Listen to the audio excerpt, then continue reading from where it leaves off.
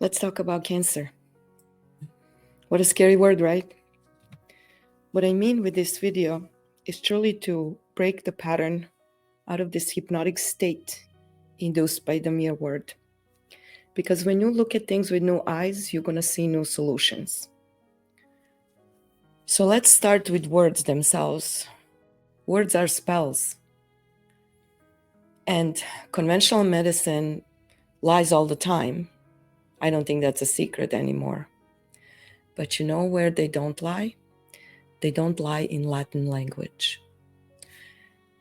So what happens is that we get tricked by believing the explanation for certain Latin words that the medical profession guides us towards. Let's take the word arthritis. What do you think of when you hear it? You're thinking of incurable disease crippling people and animals alike, right? But actually, in Latin, arthritis just means inflammation of the joints.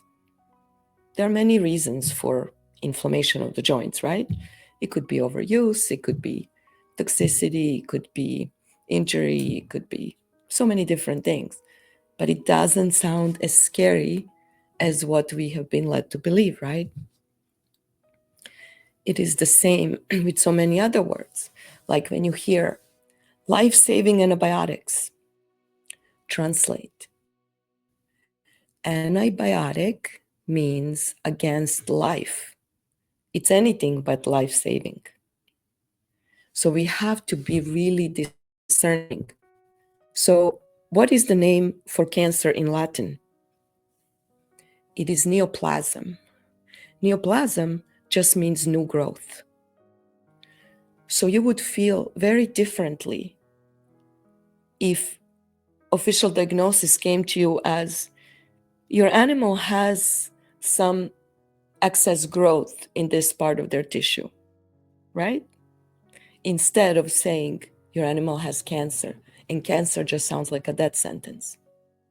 So if we just look at it as a new tissue problem or excess growth problem, then we start to think about why would organism do that?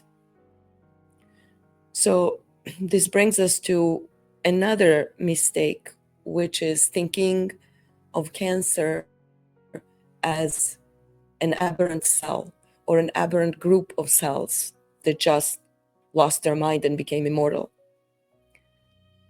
Cancer is a state of the organism. You could say that cancer's state is a conscious decision of the unconscious self. I'm going to say that again. Cancer is a conscious decision of an unconscious self. This unconscious self overrides everything, right? It basically runs the show. So now we go back to the question of why would organism do that? It can be injecting new growth simply because there is stagnation. So then you go further down the rabbit hole and say, what caused the stagnation in this particular part of the organism, right? Sometimes it's not about that part of the organism. It's about another part, but the body found a safe space to enclose this particular energy, right? And many times it will do this in parts of the organism that are natural enclosures, like uterus, like testicles, like bladder, right? Things that are already circular and containing. So we could say the new growth is induced to move the stagnation out of a place. It can also be used in a place where the death of tissue has already occurred and now there is empty space that needs to be filled. So the organism is going to push the new growth to fill that. It can also do it in order to create enclosing for the toxins, right? Something dangerous that it's sensing and that it wants to contain. So now I want you to think about when that happens, right? When the organism is doing its best to enclose and contain something, and a surgeon goes in with a knife and takes that part out, what do you think the organism's going to do? In pretty much every case where the cancer is removed surgically and there is enough life left in the organism to watch what happens next, is what's going to happen next is that it's going to show up in another place, and it's definitely going to move deeper in the organism, because the organism is very intelligent and it will always try to keep things as far from the noble organs as possible. So it will push things into enclosures, into skin, in downward from head towards the legs, really to keep all the vital organs safe for as long as possible.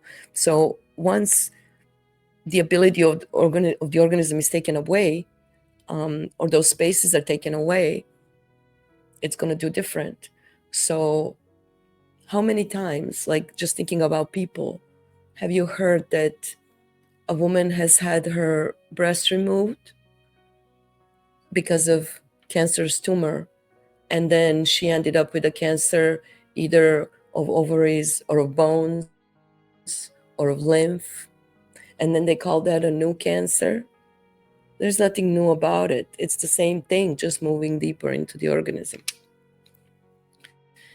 So we truly have to understand that, and we have to stop thinking about cancer in terms of some unlucky strike from the blue sky, and we truly have to understand it as a rescue mission of the organism, right? It is trying to save itself. It is trying to help with something. It is doing the best it can. So then we have to say, so what triggered it?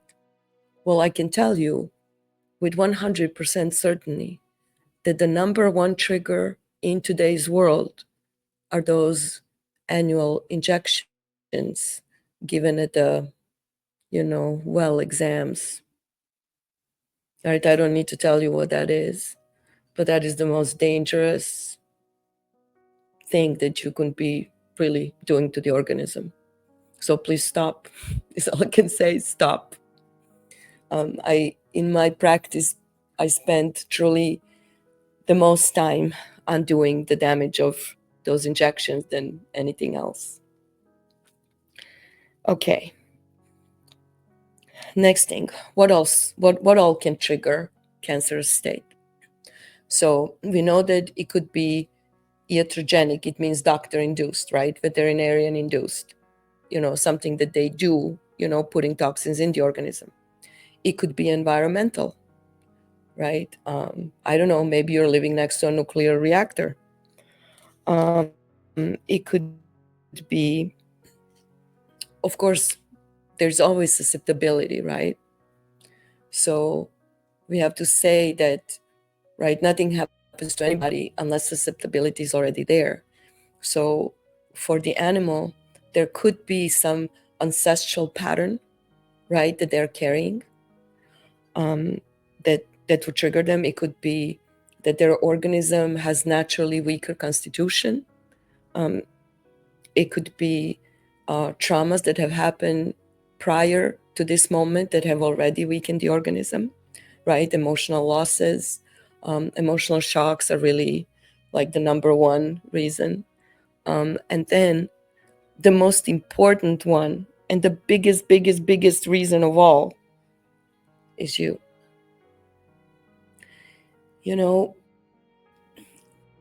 When I have a client tell me that they have had 5 dogs and they have all died of cancer, guess who needs treatment?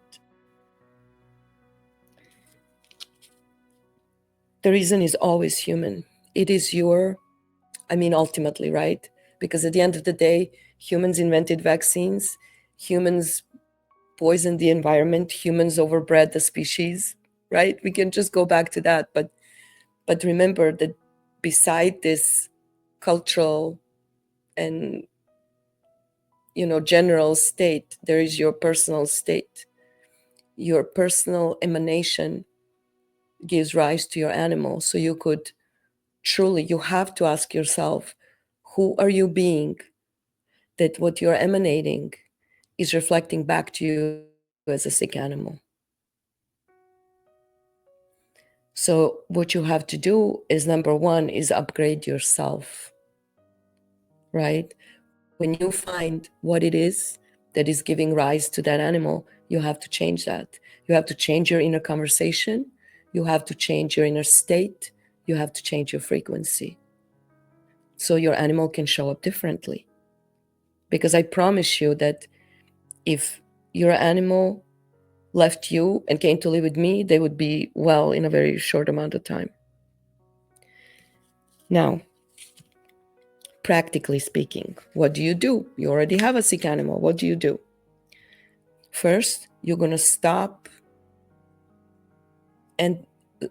allowing any toxins to enter your animal's organism, right? So that means no vaccines. That means no conventional toxic flea treatments or deworming treatments or antibiotics or whatever nonsense is given to them. Because remember that all these things have to be processed through the liver, right?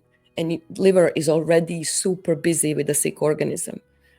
You got to understand that by the time you have seen cancer, that immune system has fought and failed on multiple levels already. Okay?